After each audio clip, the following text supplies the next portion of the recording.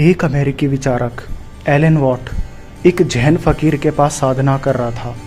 उस जैन फकीर ने एलन वॉट को पूछा कि तुम क्या खोज रहे हो, तुम ध्यान कर रहे हो, तुम्हें ध्यान से क्या मिलेगा? तो एलन वॉट ने कहा कि परमात्मा की तलाश के लिए। तो वो जैन फकीर हंसने लगा। उसने कहा कि तुम बड़े ही अजीब काम में लगे हो, ये कभी पूरा नहीं हो सकता। एलन वॉट हैरान हो गया। उसने कहा, हम तो सोचते थे कि पूरब के लोग ये मानते कि यही एक काम है जो सचमुच करने योग्य है, पर यह फकीर क्या कह रहा है, या तो तुम बचोगे या परमात्मा बचेगा। तुम बचोगे तो परमात्मा खो जाएगा, परमात्मा मिलेगा तो तुम खो जाओगे। ये कैसी बातें करता है? सत्य तो ये है, जो उसे जानते हैं वे जानने में ही शून्य हो जाते हैं। जितना जानते हैं उतने में ही शून्य हो जाते हैं। इसलिए दावा करने का कोई कारण नहीं बचता। इसलिए वो तत्व सदा ही अज्ञेय बना रहता है। फिर भी जाना नहीं जाता, जान भी लिया जाता है, फिर भी ज्ञान का हिस्सा नहीं बन सकता, जानकारी नहीं बन सकती। इसलिए तो हम विज्ञान की शिक्षा दे सकते हैं, लेकिन धर्म की कोई शिक्षा नहीं दे सकते। एडिसन एक सत्य को जान लेता है, या न्यूटन एक सत्य को जान लेता है, या आइंस्टाइन एक थ्योरी खोज लेता है, एक सिद्धांत खोज लेता है। फिर हर एक को खोजने की ज़रूरत नहीं है। एक दफ़ा एक आदमी ने खोज लिया, फिर वो किताब में लिख गया, फिर उसे बच्चे पढ़ते रहेंगे। जिस काम को करने में आइंस्टाइन को वर्षों लगेंगे, उसे कोई भी व्यक्ति 2 घंटे में समझ लेगा, घंटे में समझ लेगा। फिर साधारण बच्चे जिनमें बुद्धि नहीं है वे भी उसे समझ लेंगे और फिर परीक्षा देकर पास भी कर लेंगे।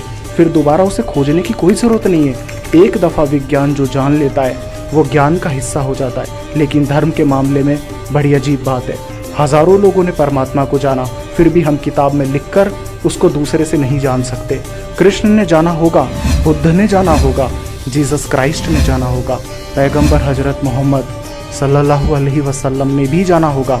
लेकिन फिर उस जानने से आपको क्या फ़र्क पड़ता है? आप सिर्फ पढ़कर नहीं जान सकते, आपको भी तो जानना है। तो उसी जगह से गुजरना होगा जहाँ से कृष्ण गुजरते हैं। और जब तक आप कृष्ण जैसे ना हो जाएं, कृष्ण चैतन्य का जन्म ना हो आपके भीतर, तब तक आप ना जान सकेंगे। आइंस्टाइन की थ्योरी ऑफ रिलेटिविटी समझने के लिए आइंस्टाइन होना ज़रूरी नहीं है, ना आइंस्टाइन की बुद्धि चाहिए, कोई आवश्यकता ही नहीं है। एक दफ़ा सिद्धांत जान लिया, वो ज्ञान का हिस्सा हो गया। लेकिन धर्म के सत्य ऐसे नहीं होते, ज्ञान के हिस्से नहीं होते, वे सदा अनजाने बने रहते हैं। हम उसे जान भी लेते हैं, तब भी हम उसे पूरा नहीं जान पाते। और जो उसे जान लेते हैं वो दावा नहीं कर पाता कि मैंने जान लिया, क्योंकि उसके जानने की एक अनिवार्य शर्त है कि जानने वाला उसे जानने में ही खो जाता है। इसलिए दावा करने का कोई कारण ही नहीं बचता।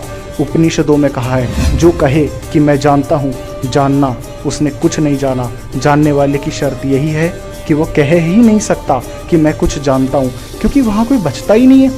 कबीरदास कहते हैं कि मैं खोजता था और बहुत खोजा और तू ना मिला, और जब तू मिला तो बड़ी अड़चन हुई, क्योंकि तब तक मैं खो चुका था। अगर हम ठीक से समझें तो मनुष्य और परमात्मा का मिलन कभी हो ही नहीं सकता, क्योंकि जब तक मनुष्य होता है तब तक परमात्मा से मिलना हो ही नहीं सकता। और जब परमात्मा प्रकट होगा तो मनुष्य पिघलकर उसमें लीन हो गया होगा। इसलिए मिलन की घटना तो हो ही नहीं सकती। या तो मनुष्य बचेगा या परमात्मा बचेगा। धर्म विज्ञान है अंतर जगत का, उस रहस्य लोक का, जिसे प्रयोगशाला में नहीं परखा जा सकता, जिसे हम अपने ही भीतर खोज सकते हैं। वो भीतर की डुबकी है। विज्ञान पदार्थों की खोज करता है और धर्म परमात्मा की।